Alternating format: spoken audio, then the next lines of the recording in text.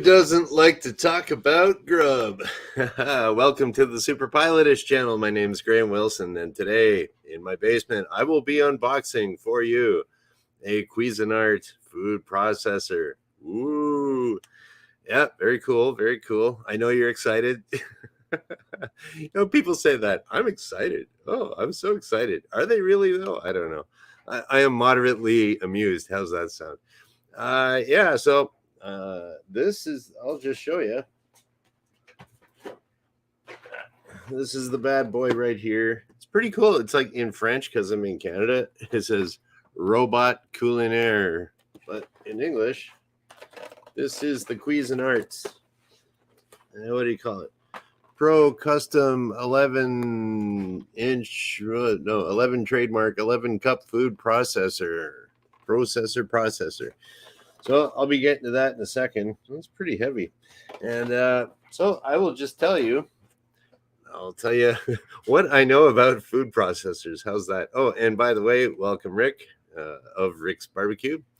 So I had, I will tell you the meat story. Okay, we got Rick's Barbecue in the house here, so I will tell you a story about meat and food processing.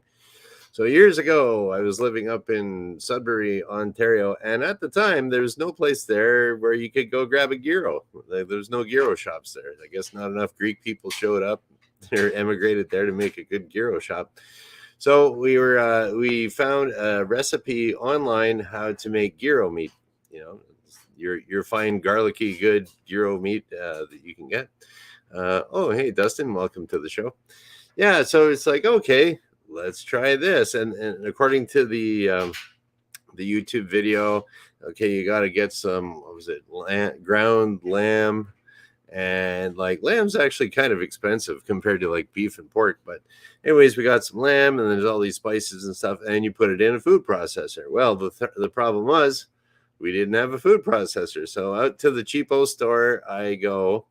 This is another example of how buying the cheapest tool will let you down exactly 100% of the time. And I went and bought the cheapest food processor I could get at some refurb, whatever, factory direct refurb, something, thingamajig. And I got this, we made the gyros and got the gyro meat in there and ground it all up and everything. Oh, hey, DH Pilot 1, thanks for showing up. And it was garlicky good. So we thought, okay, let's do that again. And then so it was, what was it? I think it was, I forget the exact, there was their in-store warranty for this cheapo food processor. And it was like, went to, we'll say it was, for the sake of argument, we'll say it was 60 days. So 59 days later, I decide, okay, I'm going to make those gyros again. And of course, we're chopping up all this meat and everything, and it just stops. So it's like, buy the cheapest food processor and burn out the motor.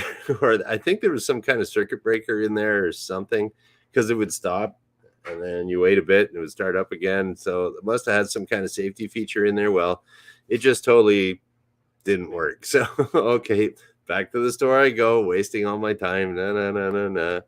I think I did actually keep the receipt for that one. So I got another food processor, and that's the one we had for a while. So I had to kind of get 2 trips to the store to get the cheapest one, and it screwed up. And then, I couldn't, what was it? We had to make gyros the next day because the store wasn't open, or I don't know. It was a classic example of you buy the cheapest thing, it's going to break and you will get let down. But it kind of lasted a while. And it was hard to clean too. It had a weird kind of cup on there that the food could get in, and there's no way of scrubbing it out or anything. Like, there's another thing about buying the cheapest tool, the cheapest food processor, you will be let down. So we were let down by it breaking in the first place, but we got it replaced. And then it was really hard to clean, and then it was white. And so just over the years, it started getting kind of, I don't know, grubby in the little cracks and everything. So if you have a darker appliance or stainless or something like that, it'll hide the dirt a bit more. So this was looking pretty trashy. And as it turns out, a couple of years ago for Christmas, we got this. So this is like, I got my So I got the food processor here. It's been sitting in the basement now for about 2.5 years because it's like, well, we already have a food processor. We'll wait for that one to break and then we'll get this one. But I just got tired of looking at it in the basement. It's actually kind of a big box. So, anyways, that's that. So let's get to the unboxing here. Then I will also show you what the main reason we use this. Now that I live in Windsor, if I ever feel the need for a gyro, there's lots of great gyro places around here that make it better than I can make it at home with a lot less work. So yeah, this primarily now we just use it for taking care of our garlic in our garden. So here we go. Dun dun dun. Ooh. Hey guys, like and subscribe. I'm opening a box. Wearing a tank top. I wonder if I get more views if I wore a tank top. Seems to work for all the young chickies on YouTube. Oh, we've got cardboard. I have whiteboards too, which DH Pilot 1 gave me a whiteboard. Still have it here. And but I don't need the cardboard so much anymore. We got here. Oh, we got all your stuff, all the safety manual stuff saying don't immerse in a tub of water so you can get electrocuted. Oh, I'm glad they gave me one of these things here. This is like for cleaning it. And on my cheapo that I had before, I thought, okay, that's another utensil. It's some stupid piece of garbage. I'll never use that. And I threw it out. But actually, this is actually good. It's good to keep around for cleaning your food processor because you can see how it's a nice sort of 90-degree there. And you can scoop right around the edge. So I'll be hanging on to this time. Live and learn the older you get. Let's see what else we got here. More cardboard. I was wondering if it was going to smell like China. I think it was made in China. I'm not sure. Where was it made? Oh, made in China, of course. But it's just like everything. Must be good if it's from China, right? Okay, we got this little guy here. And yeah, another reason there too, I wanted to do this show is because like it takes a little bit of time to get this out of the box and everything. And I figured I have no topic for my show, so I'll just do that here. Kill two birds with one stone. And I don't know if you can hear it, but I got the dryer going over there too, doing some laundry. So I don't know what that is. Don't know what that is. It's got some little thing that goes in and out. I don't know. Let's see. I could always read the instructions, right? But who wants to do that? That's no fun.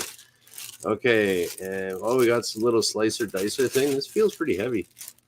Must be good. Lift here to remove label. Caution, very sharp blade. Okay, I'll leave that for later. I think I had one of those things on my other one too, and I threw it out because I don't know. I'll keep it around though this time. And okay, more cardboard. I'm gonna get a good recycle pile over here. We got okay. I know what this looks like. This is kind of the top squisher smusher thing, and I think that's the official name is the squisher smusher. And you put stuff in here. What the heck? Oh, what's this? Oh, I don't know. Okay, this is way more high tech than my last one that I had. Oh well. At least I'll get it out of the box. Here we go. And we got, here we go. Yeah, that was another thing. I didn't want to start messing around with blades and stuff too much because if I start bleeding like a stuck pig here, like that would look really bad.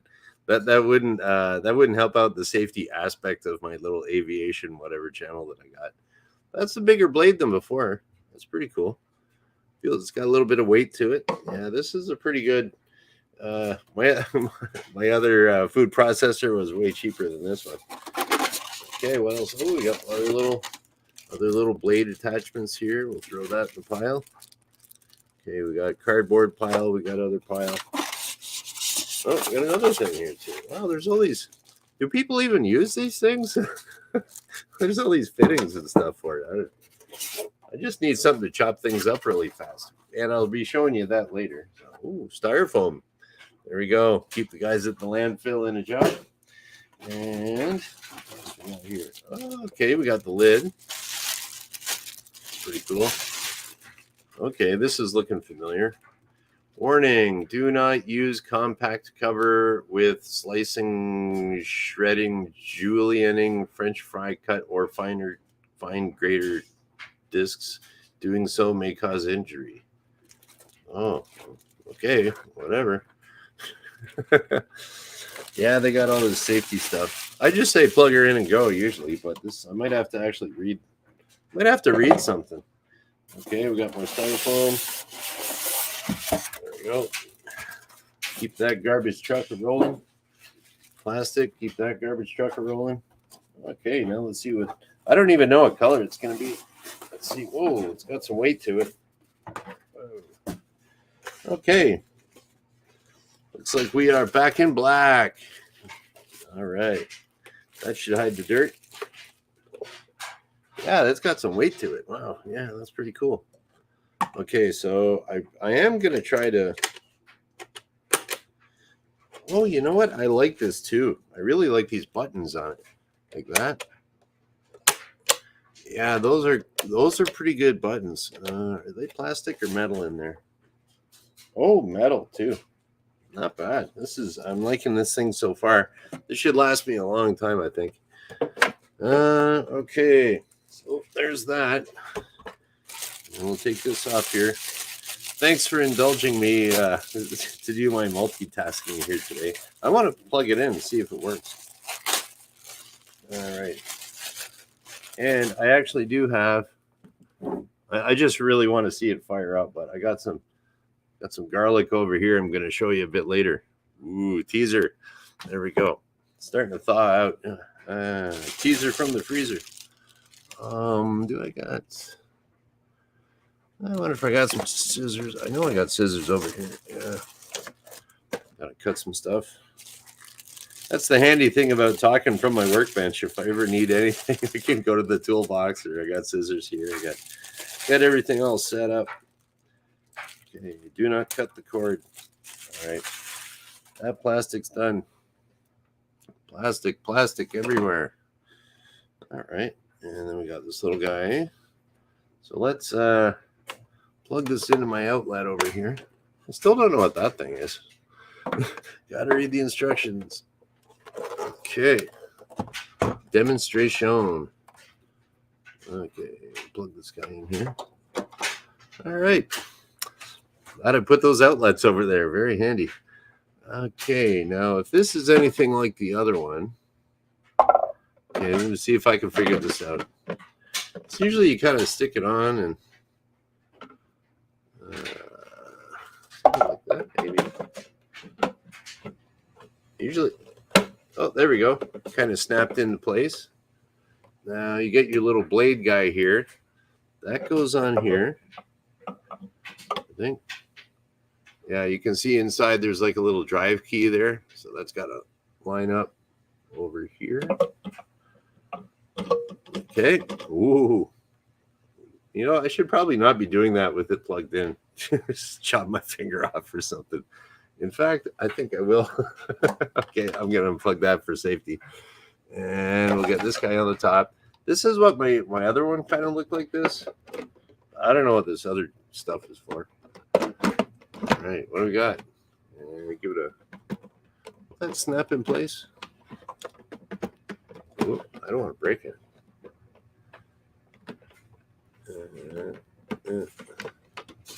You gotta do this. Screw it in. What's this? Oh, that thing comes out. This thing does something. Okay, this is I gotta read some instructions on this bad boy. But I do want to fire it up though. How would you do? Maybe this is supposed to go on the back. I don't know. Okay, this goes here. Something.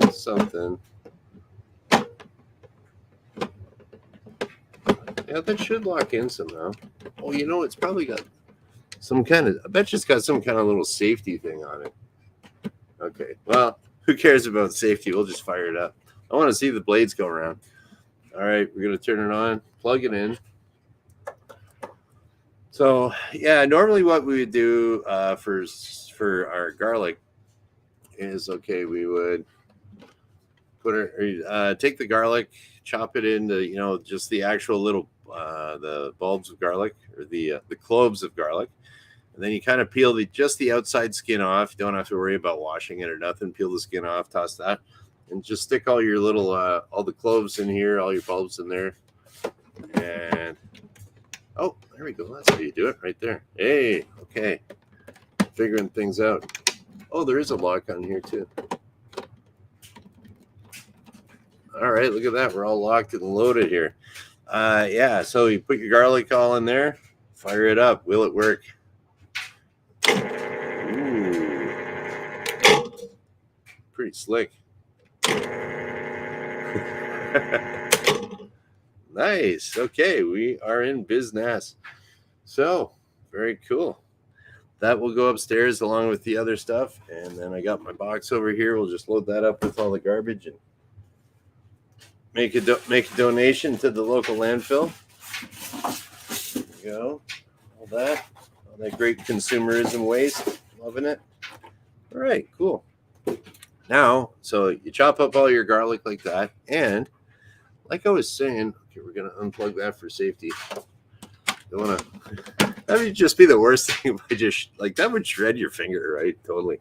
So I don't want to do that. But I'll demonstrate here too about how, if you want to clean in here, this is a handy thing that I threw out before, so I'm learning from my mistakes. That this will get right in the corner here. So, and it gets kind of like the whole side. We'll give it a wipe like that. Go around. Perfect. That'd clean it right out. Can we get in here too, around there? Yeah. All right. That's going to be good. I shouldn't have thrown it out before. Live and learn. That is unplugged for safety. Okay. Yeah, so you get your garlic in there and everything. You turn it on, take off the top. Then you can spoon it out with this stuff. And here we go. The teaser will be complete. So this is an old, I took it out of the freezer, so it's kind of sweating on me here. It's an old Tupperware container, actual Tupperware. I love Tupperware, man. It's got all the polymers and chemicals to preserve your body. When you microwave it, it has that fine plastic flavor that we all love. So yeah, Tupperware, and then you take it, and I don't even know where this came from. Might have been from Goodwill or some store. And then, okay, take your lid off. I don't want to get garlic bits on my basement. Ooh, you can smell like garlic too. So this is you stick it in there like kind of like when it's all mushed up. You put it in, and it's kind of like making Rice Krispie squares or something. You put it in there, and then before you freeze it, you cut it into little cubes. I don't know if you can see that. See how they're all cut up? So those are little garlic cubes that we just keep in the freezer. And then, so say if you're making some recipe, like we use a lot of garlic, but you don't have to have a whole big cube. So, and the cool thing that because of it's Tupperware is you can kind of give it a twist like an ice cube tray, and there you go. So you're making it looks like a Rice Krispie square, but it's a garlic square. So you just take that, throw that in your soup, boom. Or two of them, or whatever you want, stew, and then you got your nice garlic flavor. Taste the health. Ooh, spicy. And yeah, and then you put this back on here. Condensation garlic juice all over my pants.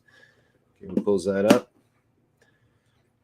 And you just take that, put it back in the freezer for the next time you want to use your garlic. And you can also do that if you're pulling out your garlic scapes. Those are going to be coming out pretty soon. Around here, we pull our garlic scapes out in June and pick the garlic in July. So that's like around Midwestern United States. Here in Southwestern Ontario, that's what we do. And so you can make all those cubes out of garlic scapes too, and just use them the same way as you would use like garlic for anything, because the whole garlic plant is edible, and it's you can eat the leaves. You don't want to, because if you eat all the leaves, it won't grow, right? So, but yeah, you can eat the leaves, the scape, everything on it is edible, and it all tastes the same. Like you take a leaf off of garlic, tastes just like the garlic you would have the garlic bulb. There we go. Exciting unboxing, garlicky goodness, some weird little stuff. I don't know. All right. So that yeah, we'll go through the chat here. Actually, I will take this away so you are not distracted from the important message that I'm about to give. Well, not really. Just okay. Yeah, we'll just go through the chat and see what's up. This is the weirdest little thing. I got to look at the instructions for that. Yeah. Okay. So here we go. Yeah, just a few comments in here. Okay. Yeah, so Rick was doing a lot of barbecuing this week, I know. And I'm glad that Dustin was he wants to make some brisket now. That's cool. Oh, here we go. What do we got? This is good meat information. Rick's wife got a 21-pound prime grade brisket yesterday. I've never had a prime. It was on sale, $3.98 a pound for prime grade biscuit. That's American. That's pretty good, I think. Yeah, that is an idea. Always buy Rick. Always buy two of everything. They will never break. You'll have clutter, it'll make the warranty obsolete. You know that's true, because there was a while there we were going through coffee makers. Like we got like a used coffee maker, a new coffee maker, a fancy percolator. The percolator one was from Sears back when Sears was still open. It had a 1-year warranty on it, and it just stopped working. It was like 1 week after the warranty was blown up, and I was like, oh man, come on. So we had to throw out this perfectly good percolator, and because I thought, okay, percolator, my parents had a percolator, it's lasted forever, so we get one of those, should last forever. No. So we got another coffee maker from someone, gave it to us, and then like the buttons wore out. So as it is now, so I said, that's it, I'm always going to have a backup coffee maker. And we got like two now over here. About one for, it was, I forget, it was $2 or $4 at a garage sale. $2 or $4 for one at a garage sale. And then what else did I get? I got another one. Someone gave us another one, so we got two backup coffee makers. And then we bought so, you know, I wanted a coffee maker that just had an on-off button. That's it. And then so got one of those. It wasn't too expensive, and so I figured if that one breaks, even it wasn't the most expensive one, but for coffee makers, they're kind of all the same. You just pay for electronic guts. The rest is just plastic and a heating element. So I was like, I didn't mind buying the cheap one there, and it was just an on-off switch. It wasn't like some kind of push button thing with timers and clocks, and I don't need all that stuff. Just give me on-off, and that's been working great. It was like $30, and if it does break, I still have two. So you are correct, Rick. If you got backup, then you get all this clutter. You watch, as soon as I get rid of my old food processor and this thing here, it'll probably blow up on me. But it looks pretty good quality, so I'll keep you posted. Okay.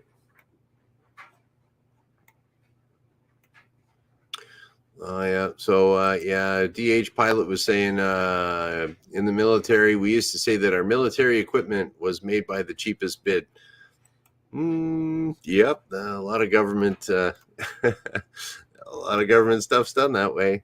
And then of course, you know, like here, what was it? They had over in Detroit, they had the people mover, which was like this above ground kind of little loop thing, sort of like a subway, but not really. And that thing took, yeah, I forget how much over budget that went, but that was the cheapest bidder too. And it took years and years to build and went way over budget. But if you ever do take the people mover over in Detroit, it's kind of cool because you kind of booting through, you're above all the traffic. And it's almost like a monorail at like Disneyland or Disney World or something. and you're just kind of going through the buildings. It's kind of cool, and I think it's still only like 50 cents or 25 cents. Like, it's really cheap to go on the People Mover over there. So in Detroit. Okay. Okay. Yeah, that is about it. So, and I also update. I have heard back from Chad Elkins, the CPA. So he will be coming on my show on Monday. So I'll be interviewing. If you have any questions that you might want to ask an American accountant about airplanes or anything else, you can leave a comment below, and I read them all the time and respond. And yeah, so we'll see if we'll have some good questions for Chad Elkins, the CPA, from the Elkins Accounting Hour. So yeah, I'm looking forward to that. That'll be a cool little interview there. And I got a few questions already. Like how can you write off stuff for your airplane, or things like that.